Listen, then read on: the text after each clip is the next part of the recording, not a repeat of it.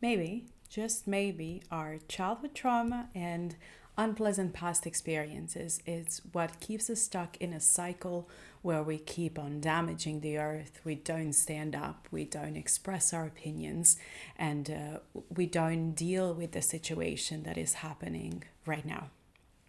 Hi, my name is Amelia. I am a multi-species analyst and a researcher in the space of how to bring nature into human decision making. And today I want to talk about trauma. I think all of us have trauma. Every one of us has had some kind of experiences that have shaped us, something negative or stressful, concerning, maybe even abusive that has happened to us, and we carry those remnants with us today. And it impacts how we act towards nature, how we act towards other people, whether we question what the authorities and people in power are giving to us, what they are doing, how the world and how kind of our societies are developing, how our technology is going forward. So today, in this Multi-Species Digest podcast episode, what I'll do is I'll read out loud my latest essay on the topic. It's advanced topics and on multi-species approaches. And we'll talk about the idea that if you want to help the earth, maybe you should go and heal your childhood trauma. In today's episode, I'm going to be sharing a little bit of my own experience in psychodynamic therapy and all the weird, uncanny and illogical, absurd things I found in my own brain and how I could see it affecting how I worked and how I engaged with the world. And then we'll also look into why this is important for multi-species practitioners or for anyone who wants to do better on this planet. We'll look into that as well. So without further ado, we're going to be reading an essay called Want to Help the Earth, Go Heal Your Childhood Trauma, with the subtitle being that addressing our trauma and suppressed past experiences can help us stand up for nature. In these past few months, actually years, but we'll close our eyes on that now. And news and social media feeds have been filled with horrific nature news. So especially this year, heat waves, wildfires, droughts, dry rivers, but also massive flooding and snow. There's just so many things happening this summer. As a European, it seems to really stand out to me that this summer, thanks to El Nino, is some sort of a turning point or maybe a preview of what the Earth could look like if we do not really buckle down and think through climate change. Meanwhile, there's 100 of new data centers being approved globally, regardless of their massive detrimental impact on the local ecosystems, on water cycles, on the electricity circuits, on the health and well-being of people and animals. EU is looking into rolling back its environmental protections, also social protections, but the key idea there is that, well, the economy needs it, but that's what a joke. Then we also have wars and conflicts happening. There's been insights that, for example, the US operations in Iran are burning through like months and years worth of fossil fuels in just a few months or just a few days. So there seems to be no contradictions and disappointments. Like, we have so many issues. We are finally is maybe a wrong word, but we are living through manifestations of climate change and certain indicators of climate breakdown and nature breakdown. And at the same time, it seems like people in power, and maybe us in general as well, are just like pushing pedal to the floor, pedal to the metal, and going all in. So it's something that has really been concerning for me as a researcher in this space, and also as a human being living on this planet at this time. So if your experience of these past months is anything like mine, you might be overwhelmed, angry and sad, while also feeling helpless, powerless, worried and depressed. like we're all doomed. It's a perfectly normal place to be. And then when I read the recent Guardian column called "Don't Despair About What's Happening to Our Planet, That's What They Want You to Feel" by George Monbois, hope I'm pronouncing his name correctly, I was really conflicted. So in it he writes, and I quote, "But there are many more reasons not to despair. Despair is self-fulfilling. Despair is disempowering. Despair is what the bastards want you to feel. But above all, despair is irrational." End of quote. And I was conflicted because on the one hand, yes, despair is a feeling that is helpful to those who want to rule and exploit the world. But at the same time, the argument that we should not feel something that we already feel comes off to me as emotionally unintelligent. So that's not how it works, especially for those of us who feel and might already struggle with making meaningful progress in this world, because we are dealing knowingly or unknowingly with personal trauma and past experiences, which it's all of us, like every single one of us have some kind of childhood or personal trauma. So that's what we're going to talk about today. Taking a break from On Scale series. If you've listened to the previous episodes, I have mostly focused on this idea of scale in the past couple of podcast episodes. But today we're stepping away from that and doing a good old random topic. So that would be useful for multi-species practitioners, but also anyone living on this planet at this time. Before we go into that, I'm going to give a couple disclaimers and warnings. So first off, again, hi, I'm Amelia, and I do this podcast on my own. It's self-produced and also recorded as one chunk. So you might hear certain life happening around either construction work or traffic. Also I might mispronounce certain things, but this is an approach that works for me, and I hope it also works for you. Also, if you are enjoying this podcast episode, please consider liking, sharing, and subscribing so that we have more people engaging with this content, and that it really helps out in the algorithm. In terms of the topic of the day, the trigger warning is that this might be unpleasant at times. I have kept all of the things very surface level. I'm not sharing any details, and in a way, maybe some of the stories that I tell are more to kind of giggle at myself, because I do find them very, very formative. But I have worked through the things that I'm sharing, and I worked through them years ago, and right now I can just kind of embrace them for what they are and see them as stories.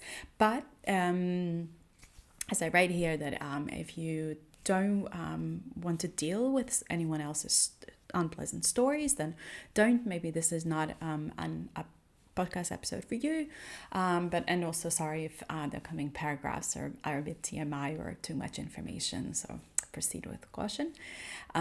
Also, if you have any questions, I have a form that is linked in the show notes and in the video description below, where you can ask me questions, and then I'll consider them and most likely address them in some upcoming Multispecies Digest essay or podcast episode.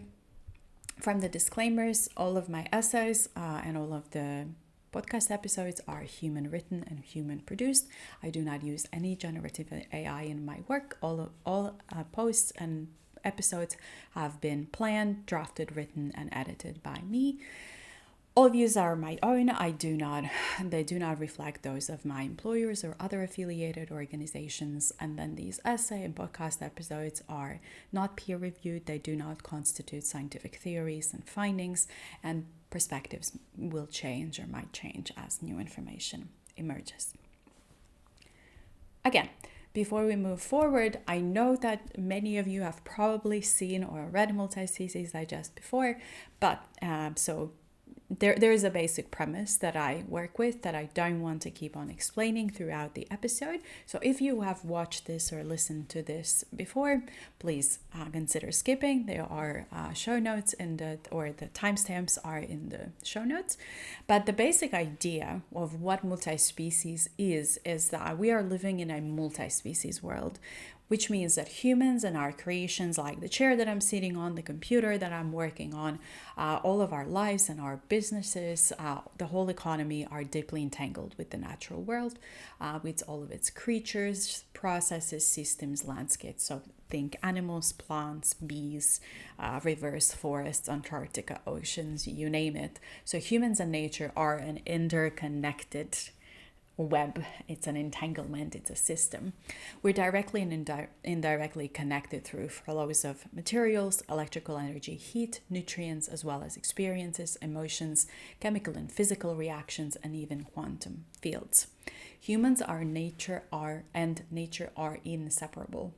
No matter how hard our education, religion, economy, and personal egos might try to tell us otherwise, for thousands of years, especially in the Western perspective, we have been kind of neglecting or trying to disengage ourselves from the nature, trying to dominate nature and see ourselves as this several little beings that are so cool. But that's not actually the case. So humans, we need to relearn how to live and do business in a way that sees the interconnections between what we do and how nature functions, to learn how to see ourselves as part of nature, as part of the system on the earth, and also to drastically reduce negative impact on nature. So if you want to learn more about the basics, please read the earlier essays, and also there's an introductory lecture on YouTube that you can watch, and all of that is also linked in the description. But without much further ado, let's continue. All right, I want to start with the premise that us humans are complex feeling beings. We feel many feelings, sometimes all at the same time.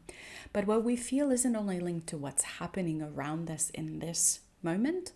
What we are feeling actually is a conglomeration, a mix, a blend. It's a conglomeration of in-the-moment events and past impressions, feelings, personal convictions, and stories. So this is the sign, if you're watching, I'm entangling my fingers, and it's a sign that I learned. We've had this sign with my therapist where we would be like, oh, I think there's a conglomeration of experience happening where the past and the present, they're kind of interlinked and engaged, and like it's really hard to pull them apart. So the despair you might be feeling is a true, genuine feeling, despair about the state of the world right now, but it might be shaped not only by the current world situation, but also by your past experiences in life, which then overlay your current reality and kind of add a layer of doom. Why do I say that it's a conglomeration? Because as some of you might know, I spent 5 years in psychodynamic psychotherapy. It's a type of talk therapy, so you are sitting with a therapist and talking about stuff. And it's rooted in psychoanalysis that helps an individual, so in my case it was me, explore how their current behaviors, mental health, and even impressions of people and events are shaped not only by the present, so what is actually happening, but also by early childhood experiences, repressed emotions, and unconscious thoughts. There are other types of talk therapy, but psychodynamic very much focuses on kind of untangling this entanglement or this mix of what's happening in the moment and what's the past.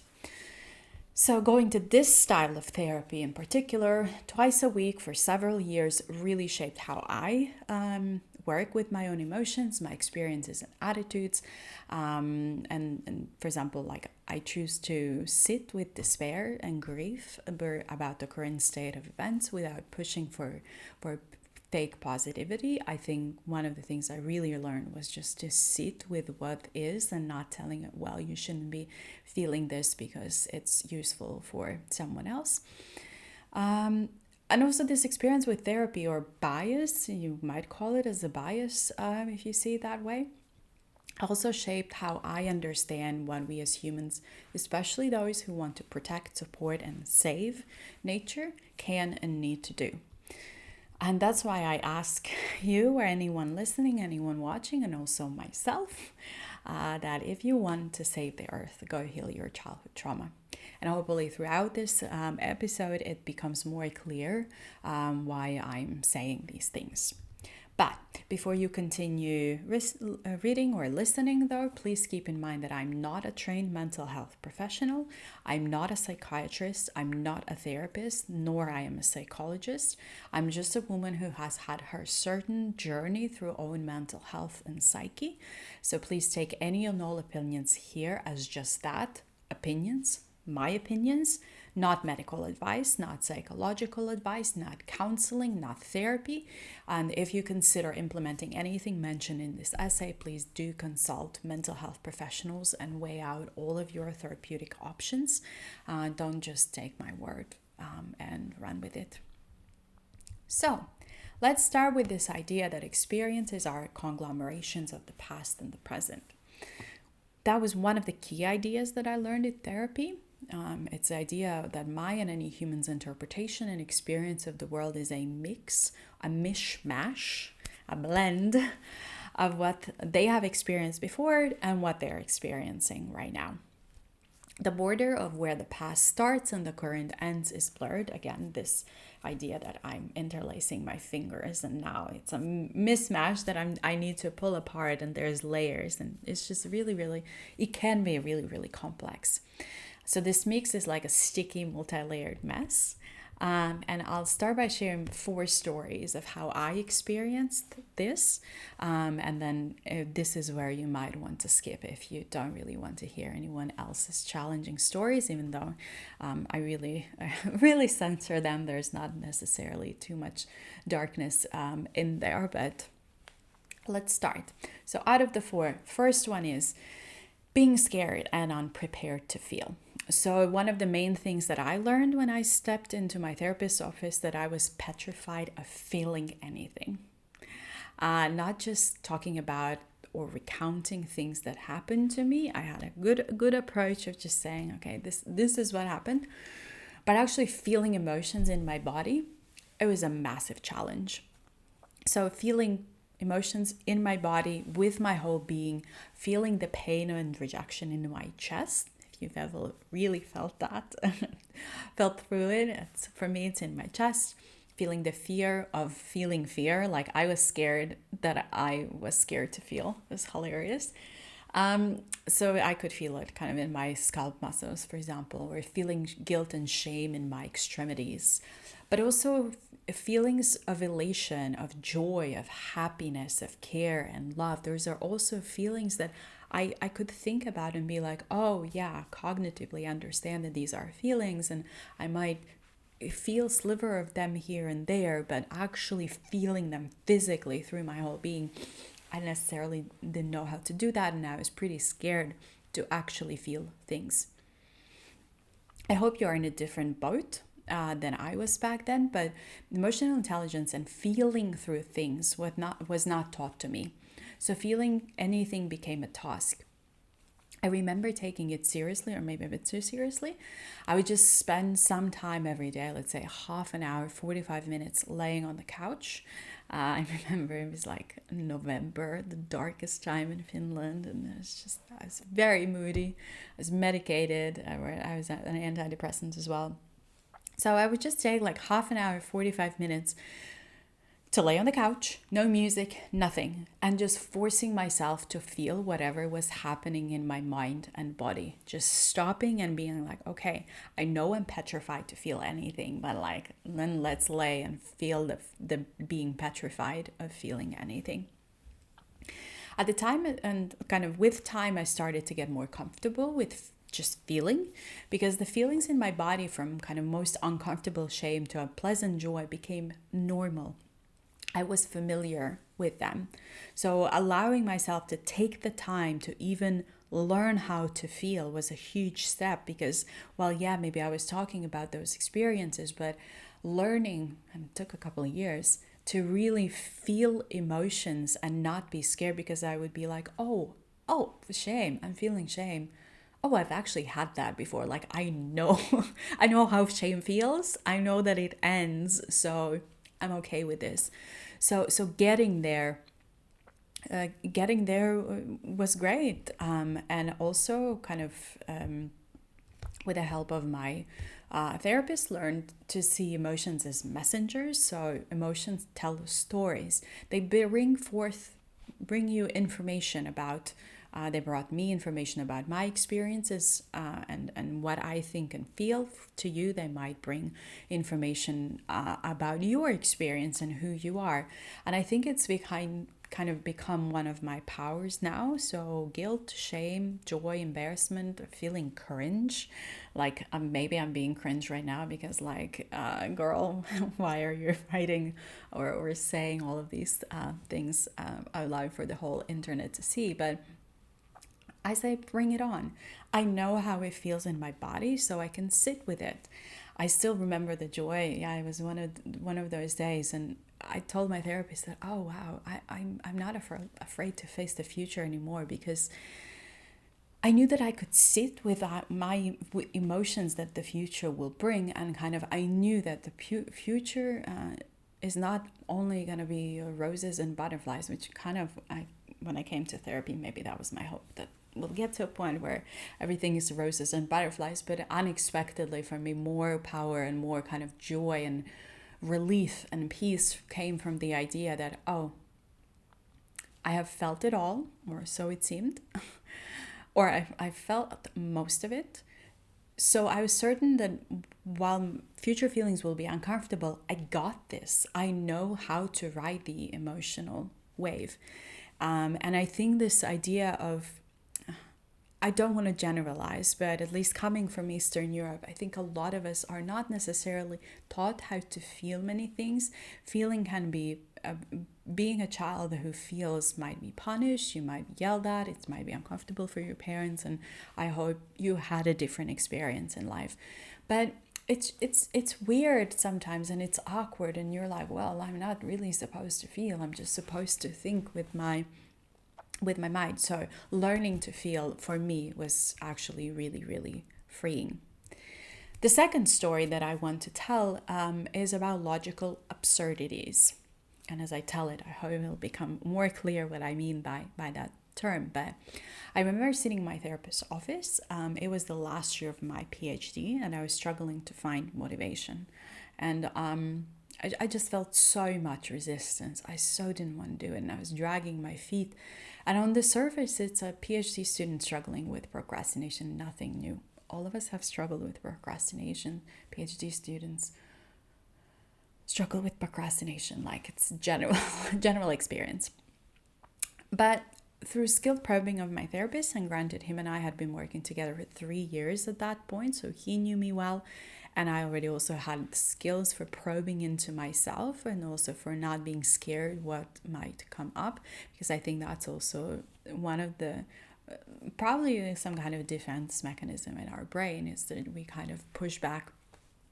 It's like, well, no, I'm not going to actually explore this because I'm scared what might come up. So let me just like stuff it down or put it under the rug and just be like, oh, this doesn't exist. I'm not feeling this.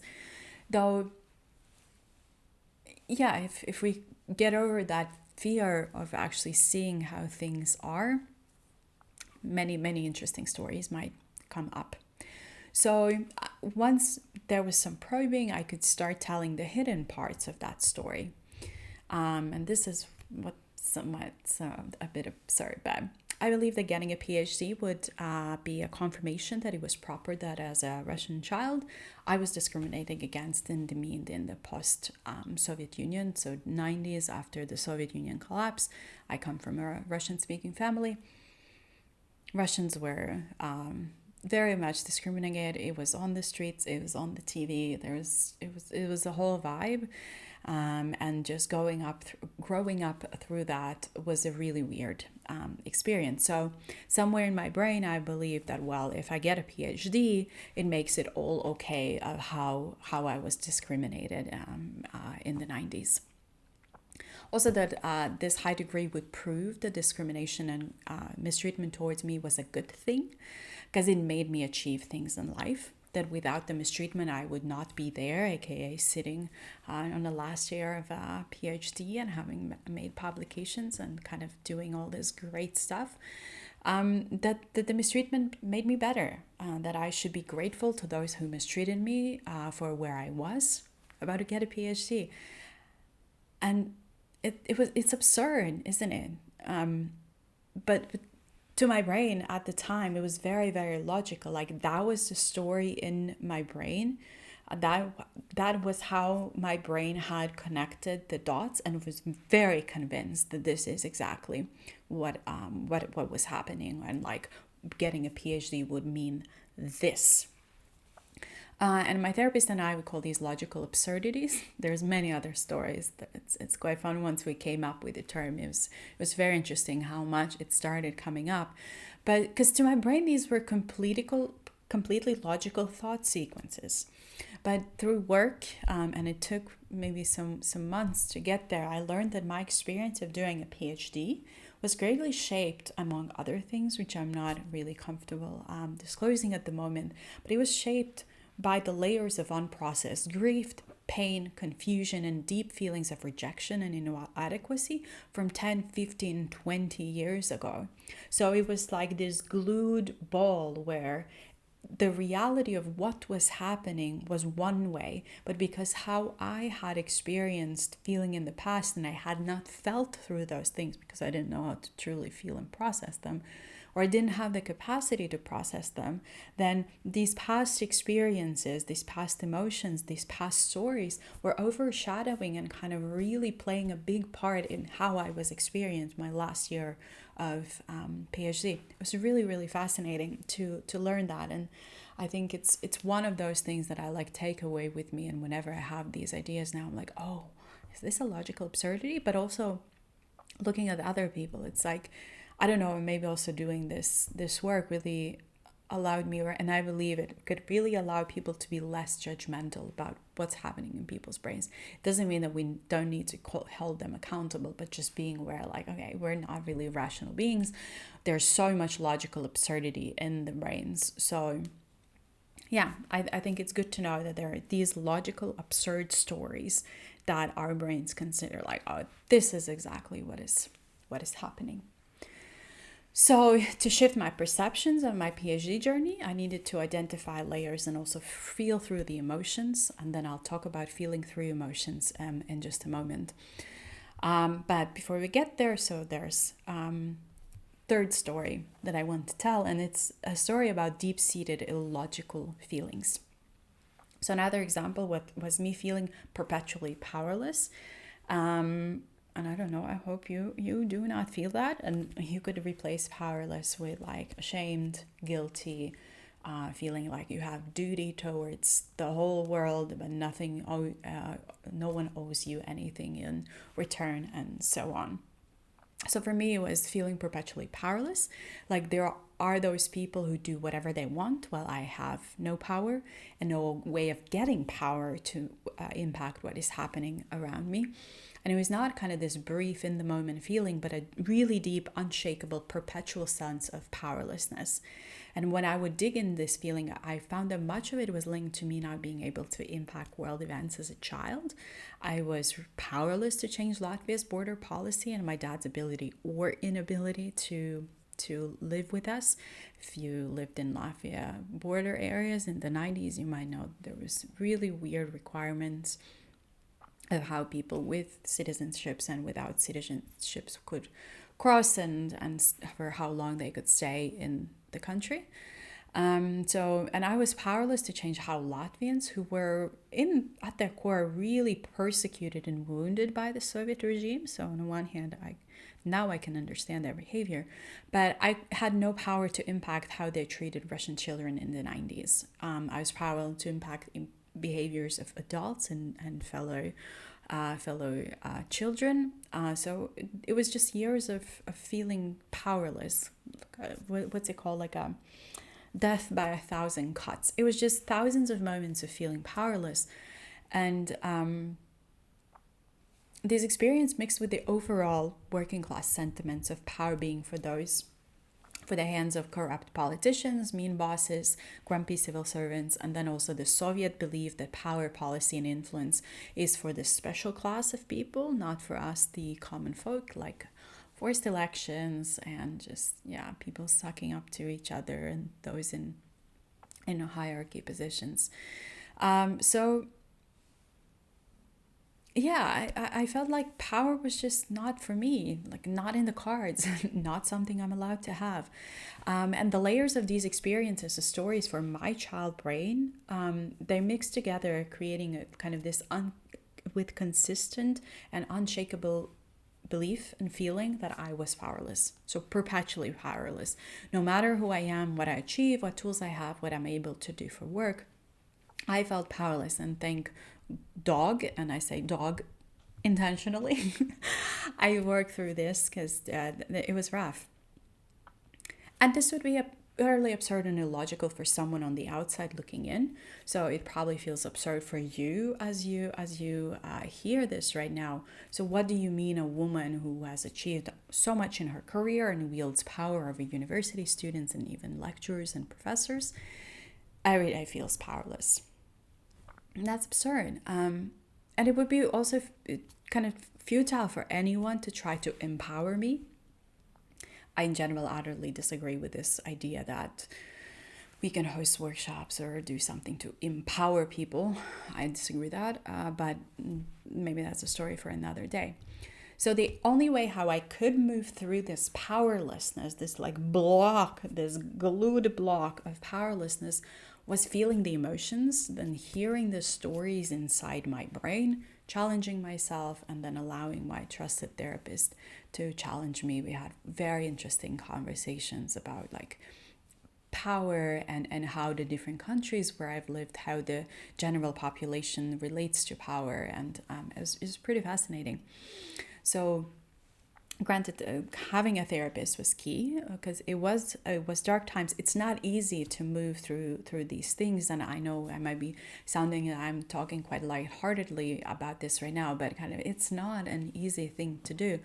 I was also on medication for a while, so please, if you want to do inner work, I ask you, please build a support system. Like it's needed, and medication can be a great tool. Having a good therapist is a good tool. So there's layers to this. Please do not just kind of go and lay on your couch tonight and think about the darkest things that happens to you in your life. Please do not do that.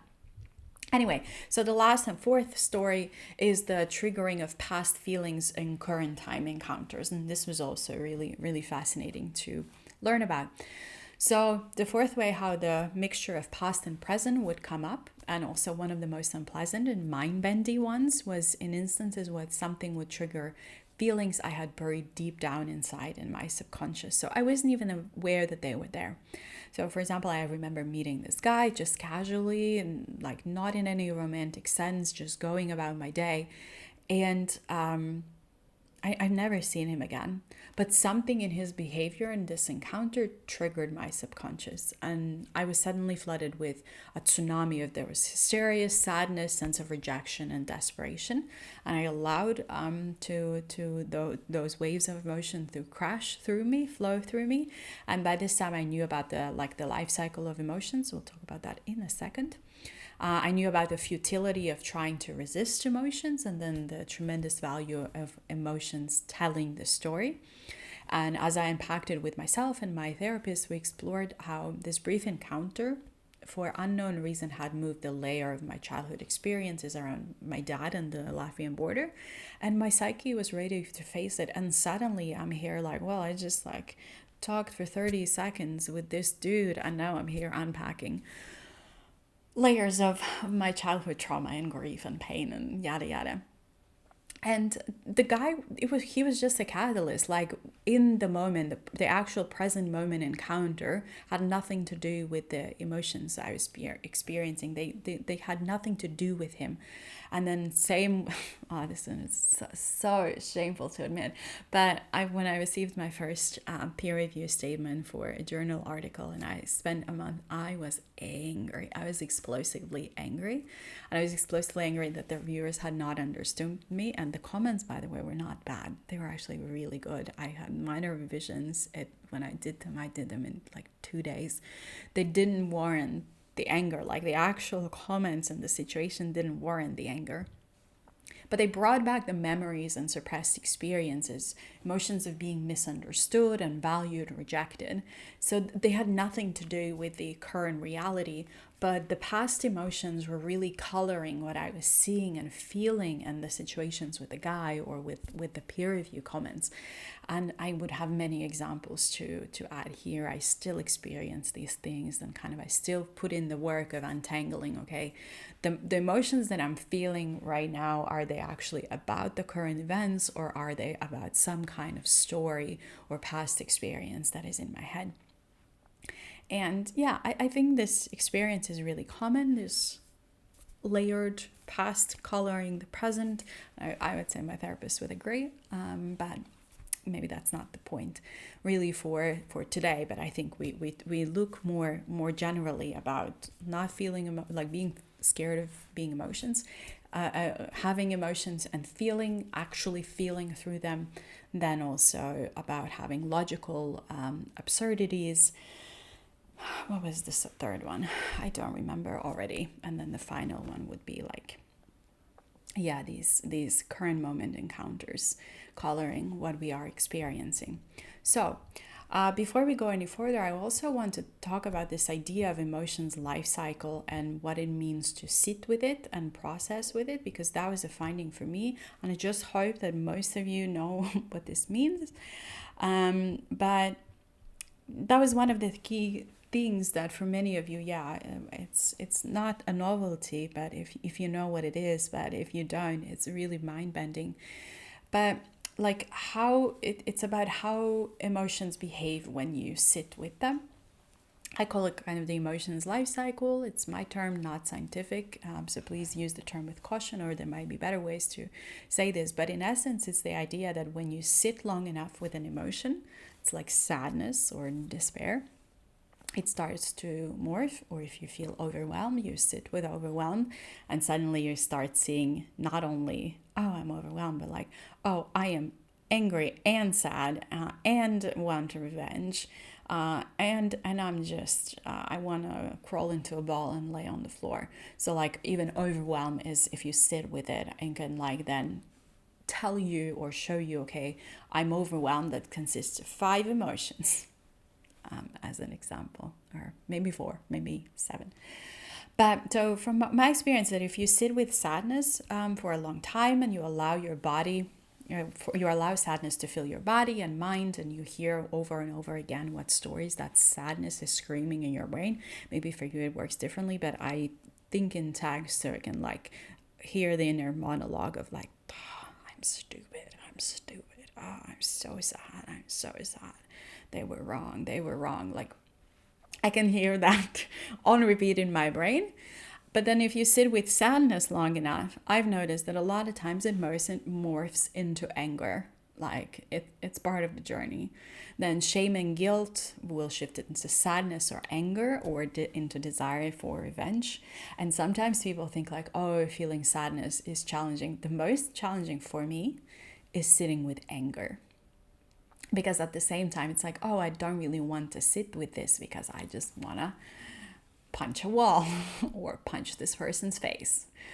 So yeah, sitting with all of the emotions, very, very useful, even anger. But because, for example, if I sit with anger, it's like it shifts into a sense of entitlement and pride.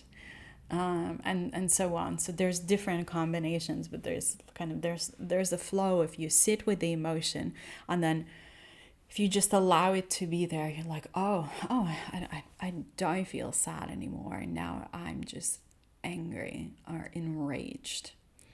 It's fascinating. If you sit with the emotions, they burn up.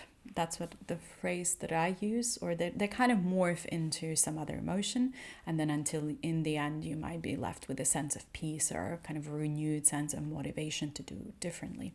And it can take minutes or years, and it really depends. In my mind, I do this really weird thing where I imagine that I have a dial, like a volume thing on an old like amplifier, where I can turn up and down how much I want to feel, and I can go from like, let's say 0% to 100%, or then I can be like 1,000 or 10,000. And it took years to get there, but it's like, I imagine that I can ask my brain that, oh, what is the intensity of this feeling that I want to have? And the more intense I feel it, the sooner it will burn up and morph. But then there are some of the emotions that they can take years to process out. And there's also ways where you're like, oh, I just don't want to sit with this today, or this week, or this whole month. I do not want to process this right now. And also, that's also absolutely valid. Like, we have lives, we have work, we have, some of you might have children and kids and stuff.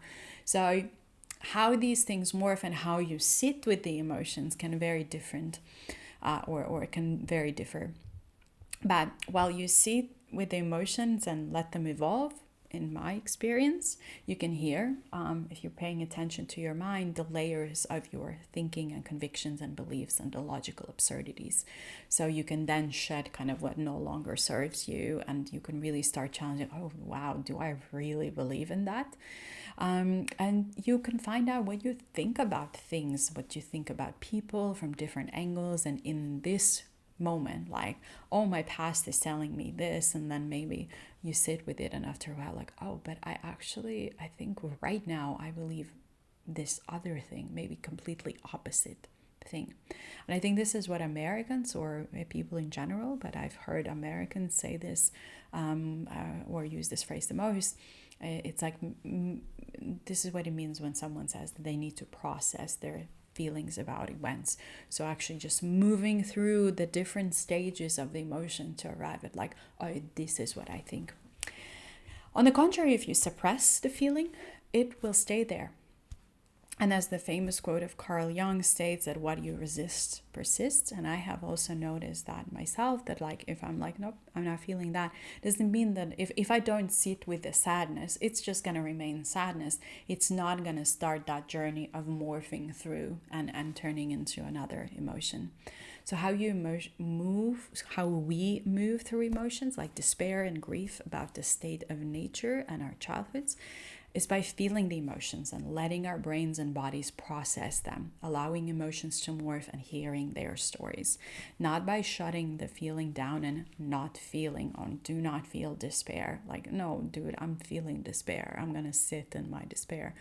So using up our energy to resist feelings is actually the most useful for those who want to control us and make big bucks while destroying the earth. Like, it takes a lot of energy to resist the things, even though you might feel like, well, I suppressed it down and it means nothing. No, it's going to come out in ugly ways. And there's also this research, and again, I'm not a psychologist or mental health professional, but there's this research of how in women a lot of suppressed anger, through the anger that comes from like being either mistreated or just living in a patriarchal society, how a lot of that anger manifests as autoimmune diseases, and so cancer and things like that. So better to feel through things than not to feel them, even though it's sometimes atrocious.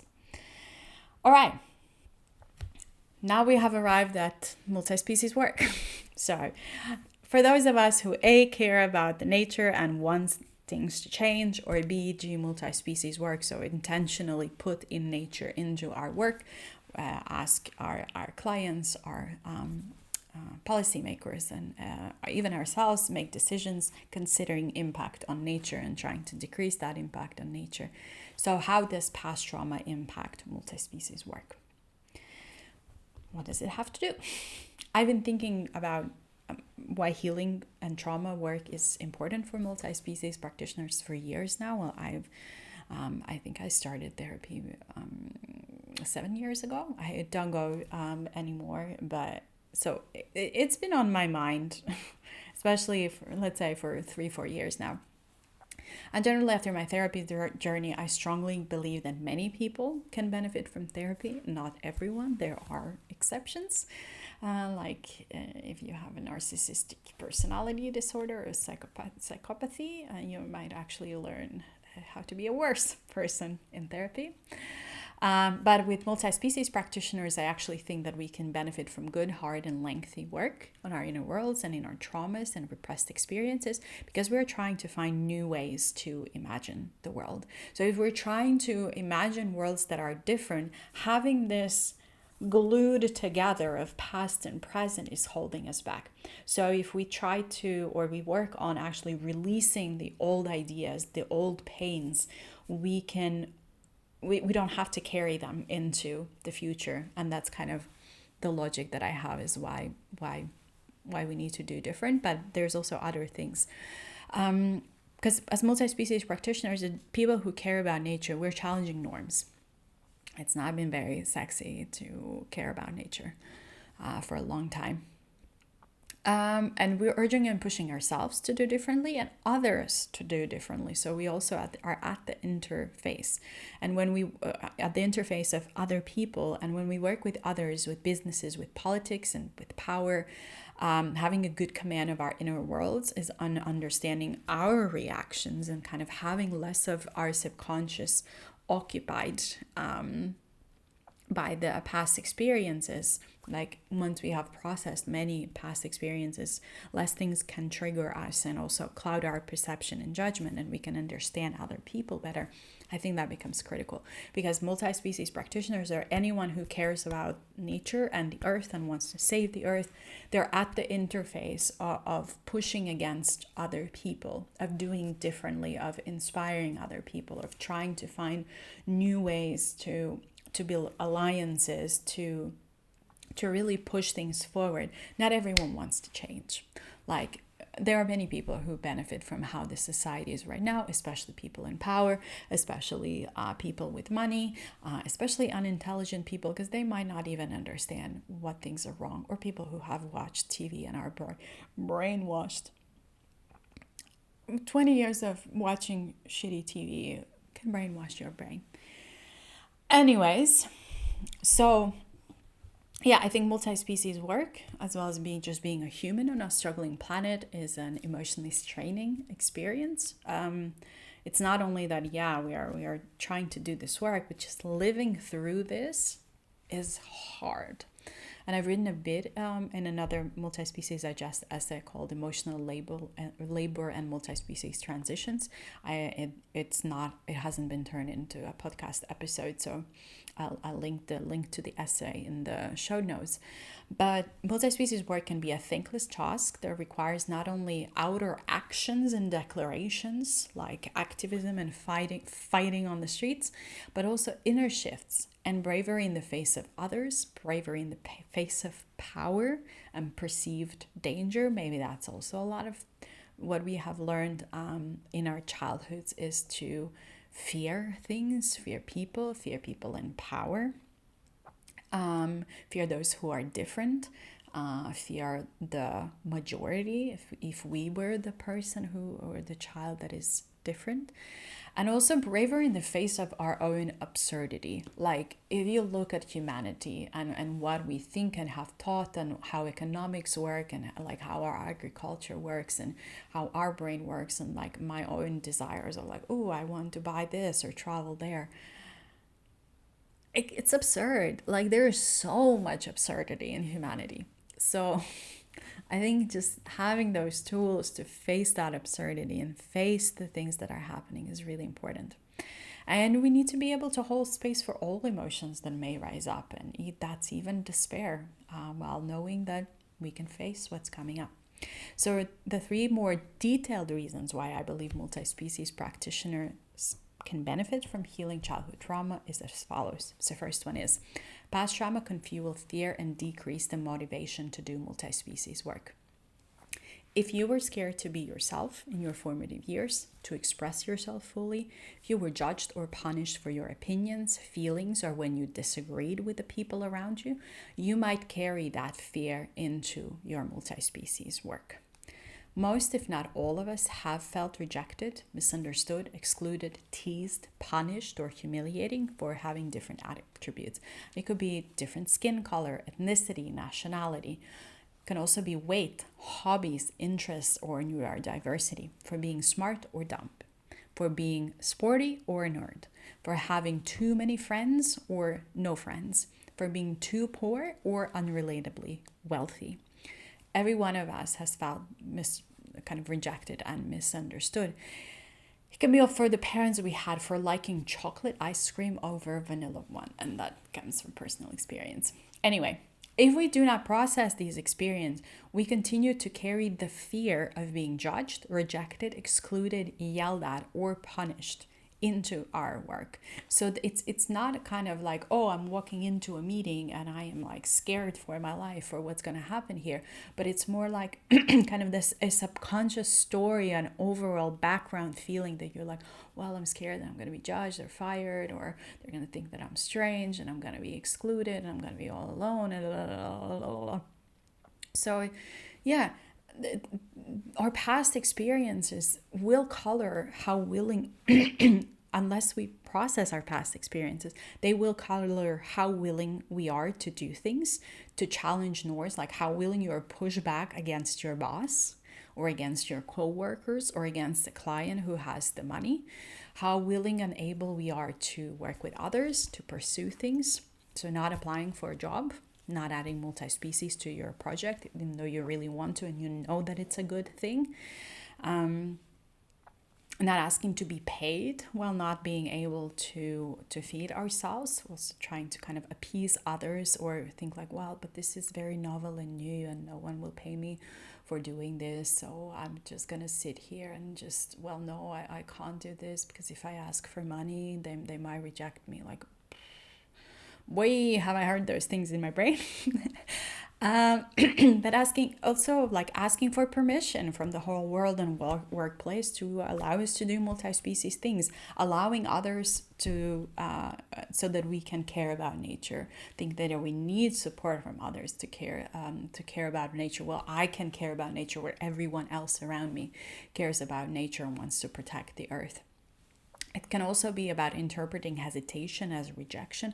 Well, they didn't immediately say that they're on board and they're not like ecstatic, so they must not like me or not like this approach and they're against it, and I'm just gonna now have to like fight through it. Like, is it actually true? But also getting triggered by someone's just hot sigh, being like, oh, someone said, and then you're like, oh, is this about me? Even if they did so because of chronic back pain, and someone with chronic pain, like, I sigh a lot more than I would want to admit. But yeah, it's just maybe sometimes it's getting stuck in a freeze response or unable to make any decisions, and then working through childhood trauma can help us with many of these things. And as my therapist used to say, that you cannot change the past, but you can process the emotions and change your attitude towards your past, thus changing your perception of and actions in the present. So a lot of fear can be worked through and processed. The second one is past trauma can urge us to find external authority as we resist taking responsibility over our own lives. And this is a weird one. At least I remember kind of midway through my therapy, I would just show up to the therapy sessions, just be like, I don't want to cook, I don't want to clean, I don't want to do anything. Like, I've done enough in my life, I've suffered enough, like, I give up, I do not want to do things. And that lasted for months. But it was just like, I'm so tired, and it should have been my mom and my dad who do it, and it should be everyone else who does it. Like, why do I have to do anything? So this one also comes from personal experience. But I think trauma in childhood can make us reject taking responsibility over our adult lives if we do not get nurtured enough, or if our parents struggled and we took on some duties that were not ours to carry, even excessive household chores. If we took the wise beyond your age attitudes and studied hard and did all the chores and excelled at everything, we might feel that we're already responsible for ourselves as kids, as teenagers. So now it's time for someone else to finally take the lead. And I think this is really like dangerous, and when we are trying to find new ways how to consider nature and include nature, because then it starts being with like, while pointing fingers like in opera. You get a car and you get a car and you get a car. It's like, no, you get the responsibility that I don't want to carry, and you get responsibility that I don't want to carry, and you get responsibility that I don't want to carry. And I know that it's mine to carry, but let me distribute it to all of you. It's kind of the desire to take away the burden of making decisions, doing chores, providing money, and the duty of comforting and shielding us from the evils of the world, like climate change or nature loss. And it's not necessarily a conscious thing, but if you as a multi-practitioner always seek someone else to tell you what to do, if you blame everyone around that they're not doing enough, or that if you believe that you would be able to do your work if only those other people would change, you might need to do some trauma work. Again, I'm not a therapist and I'm not a psychiatrist, so take it with a grain of salt, as my opinion.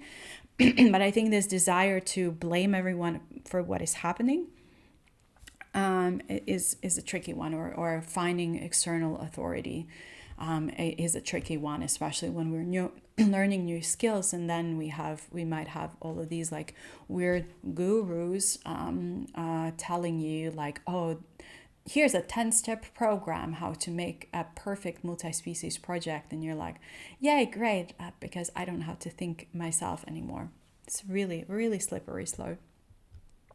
Anyways, the third one is not allowing ourselves to feel, or not knowing how to, like I didn't know how to, disconnect us from what is happening, from other humans and from nature. Like having trauma can be a very disconnecting experience, or kind of not having emotional intelligence or the ability to feel, process through emotions can really disconnect us from what is happening around us. Like what's the overall vibes? How does one feel when a planet starts crumbling?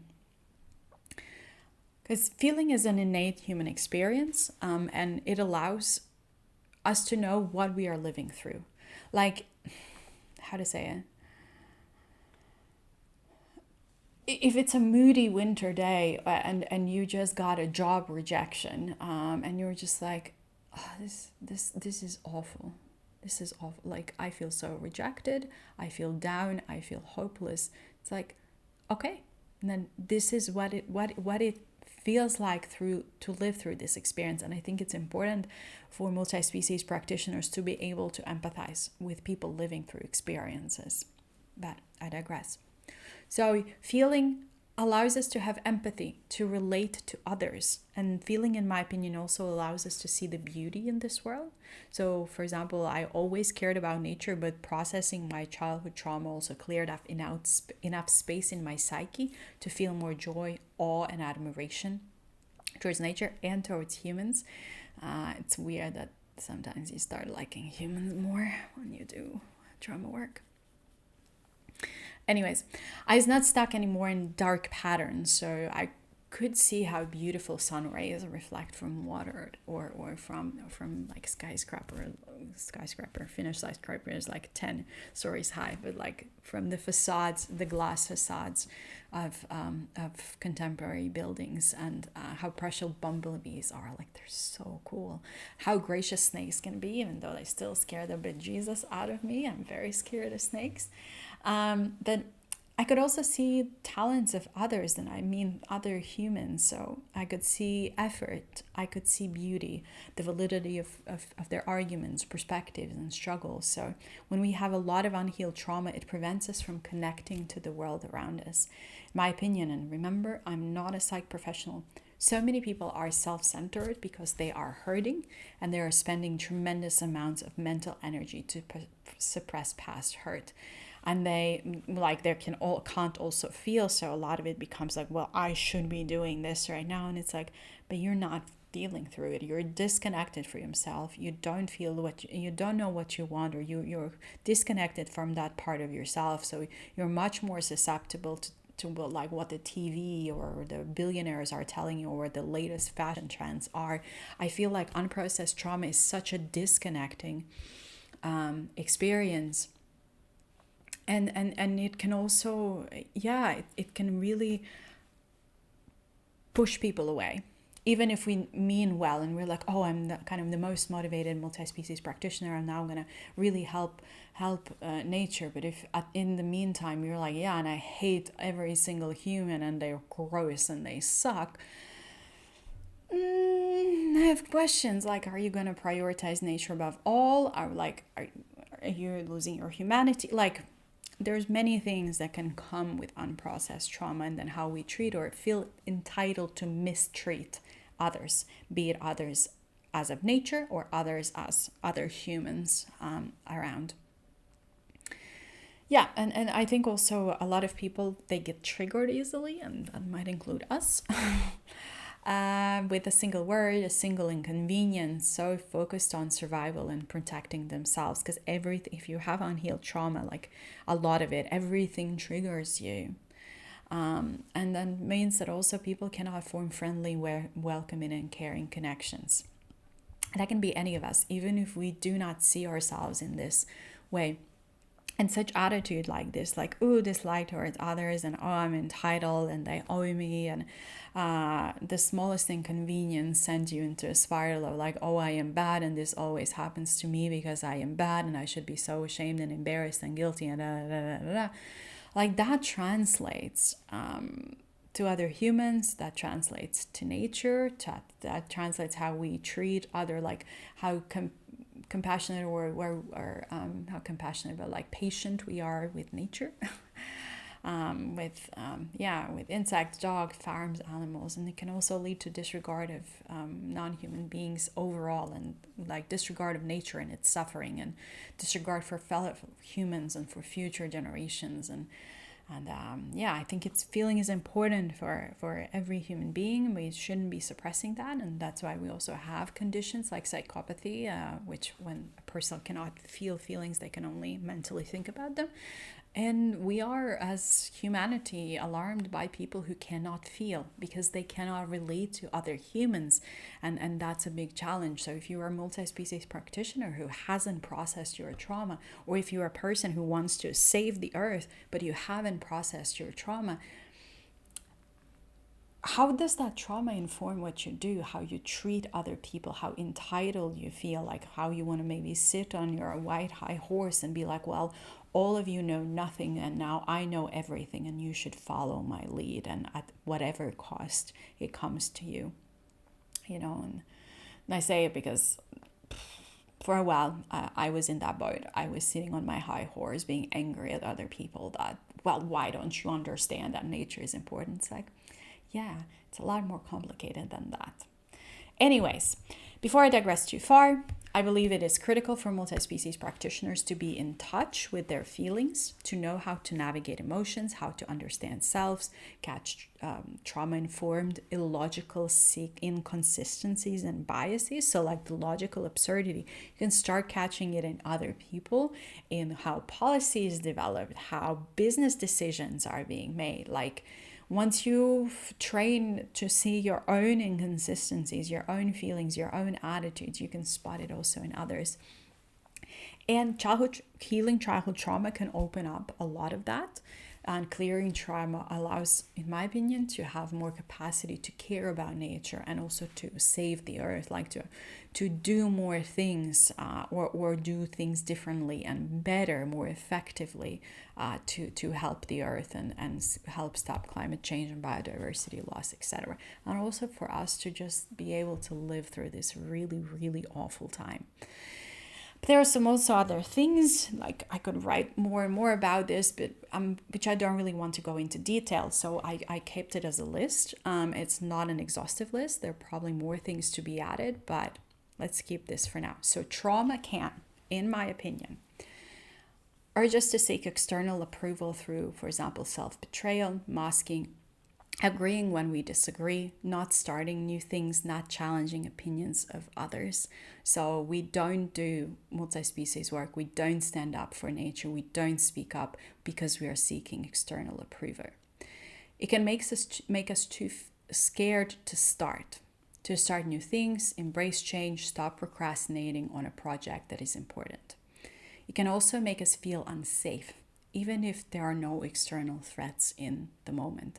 But if we feel unsafe, if we fear for our safety, and I think that's what a lot of populist politics rely upon, is finding an external threat to so that people feel unsafe, they feel scared, and they become a lot more easy to manipulate. Then, trauma can make us feel insecure in our own abilities, so we accept or even seek out irrelevant criticism and judgment, or even give it to ourselves, because self-bashing is very much a thing. Trauma can make us feel overconfident in our own abilities, so completely the opposite. Overconfident in our abilities, so we push valid criticism away, blindly relying on our own genius, and they just don't get us, or, well, I'm on my high horse and I'm telling you what to do and I know best, so why aren't you following me? Trauma can also make us feel hopeless and that there's no point of doing anything. It never got better for me as a child. I still carry the wounds, so why bother now? Why bother, I think, is a big trauma thing. Trauma can urge us to be hypervigilant and spend enormous amounts of energy tracking what everyone else is doing, thinking, making, because we need to protect ourselves from their opinions and attacks, or maybe we need to fit in. So it's this constant scanning and trying to find how not to be rejected. It can also make it harder or unbearable to be around people who experience emotion. And maybe that's why the author of the Despaired article wrote it. I know very little about the George, whatever his last name was.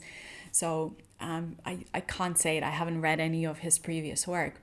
But what I'm getting from that article, or how it made me feel, is that if you can't sit with your own emotions, if you suppress your feelings or are scared of them, you will judge anyone who dares to feel and show emotion.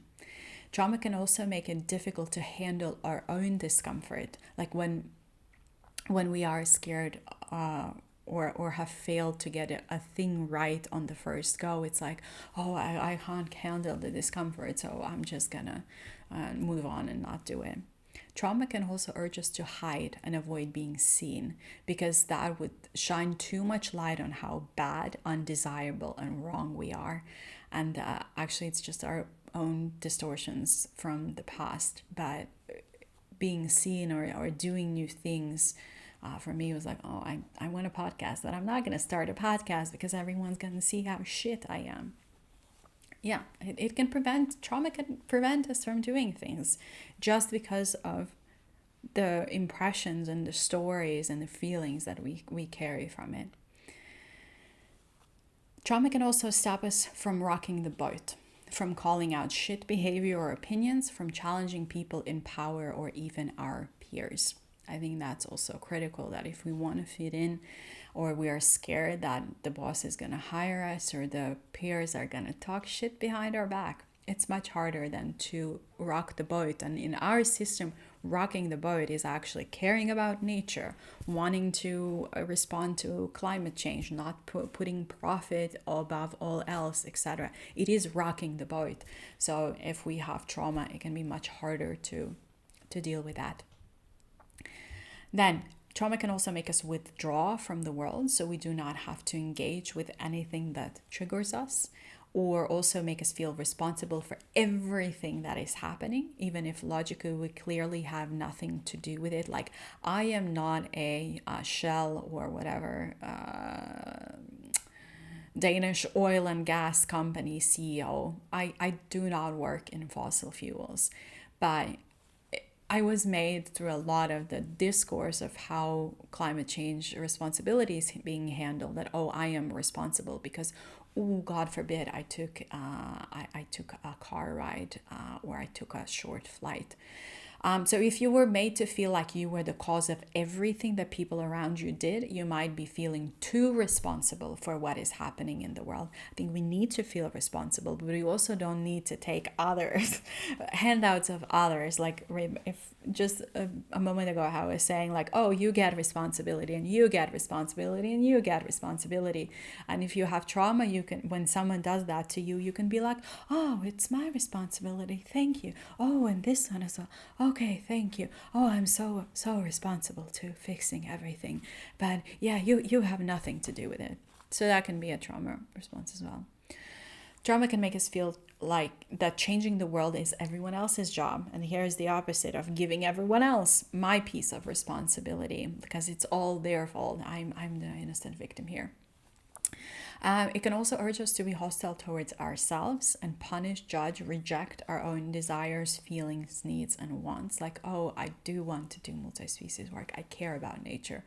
But to fit in, I'm just going to pretend that I don't. And I'm going to go home and bash myself about it because, like, how dare you be so different and so inconvenient for others and so stupid and da, da, da, da, da. Again, heard these things in my head before, so that's why I'm sharing them. Anyway, then the last three would be make us hostile towards others because they are wrong, shit, and have these weird desires. Or worst of all, they go after what they want. And then trauma can make us value others' needs above self, but it can also make us feel really or be self-focused, self-serving, and egoistical. And I know that that's a long list, and it's in general has been a long episode. But as you probably have noticed, it's full, like, trauma is full of contradictions, and because it works in mysterious ways, or different trauma can lead to different things, or as you heal through trauma, you might start feeling your attitudes will shift and diverge, and like over a course of a year, you might have very different attitudes towards the same things. But dealing with trauma can help us unpack what we think and feel, what makes us more empathetic towards ourselves and others and nature. And it can make us better practitioners because we will better understand human condition and why some people act so irrationally. Even why do we act so irrationally? Okay, so now going to the closing remarks. And before we get to them, if you've liked this episode so far, please consider liking, comment down below any weird impacts of trauma that you have seen in yourself. Of course, if it's triggering for you, don't. But if you can laugh about it like I'm able to do now, please leave a comment and consider subscribing to the channel, to the podcast. But closing remarks. Though I have been thinking about this essay for over a year now, this felt like the right moment to write it. The world looks bleak. Oh, I'm getting emotional. To be honest, I have cried myself to sleep a couple of nights this summer, even though I live in Finland and a lot of the heat waves and droughts and wildfires have not happened here.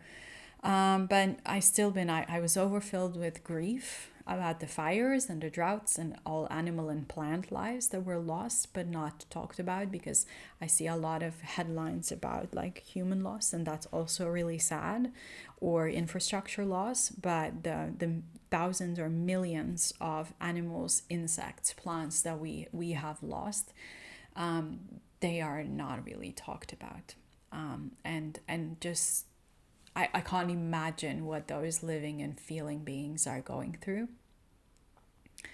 And I'm grateful in the moment that I have the emotional processing tools and then a well-working method for analyzing my own experience, thoughts, and feelings. And that's all thanks to therapy that I have done. And it allows me to sit with the world as it is, because it's pretty shit. To grieve, to be sad, to be present. I have been thinking a lot, or rather, I know this to the depth of my core, is that that kind of understanding and truly feeling through how it feels to how to live on a planet that is being murdered is a gift. It sounds absurd, but I think living through this, and those who have the capability of truly feeling through these things, and I know it might not change the world or save the earth, but just understanding the condition and having the capacity to carry or understand the emotional burden and the experience of what it means to live now if you care about nature, if you don't stuff down your feelings and your thoughts and your worries. I think it's a gift. It's a challenging gift. It's a painful gift. But I think it's an invaluable experience to have. And even if we make it to a new beginning, and I truly believe that we will, I don't know in what form, the planet won't die. Will humans die out? That's a question. I doubt that, but things will have to change.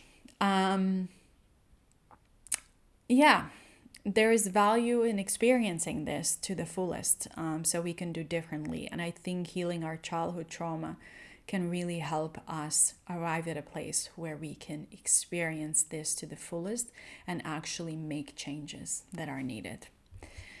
But also another maybe more relaxed thing, what inspired me to write this essay right now, is that recently I saw a reel on Instagram, and it was an excerpt from a podcast, and I don't remember which one, and I could not find the actual reel, even though I swear I sent it to a friend, so I couldn't find it anymore in my Instagram DMs. Anyways, the key idea of the reel was, and sorry if it's a bit morbid, that if you have a glass of water and someone would piss in it, no matter how much sugar you add to it, it wouldn't remove the urine from the water. So you have to do separate work to remove the urine. You won't be able to pretend your way out of knowing that there is urine in your glass. And maybe it's just that. Healing trauma is like taking the urine out of our glass so we don't add it to the mix of multi-species work and the futures and the life of on this earth. Okay, so if any of this resonated, like, comment, consider subscribing. If you think that someone might benefit from listening to or watching this episode or reading the essay, please share it with them, and I'll catch you in the next one.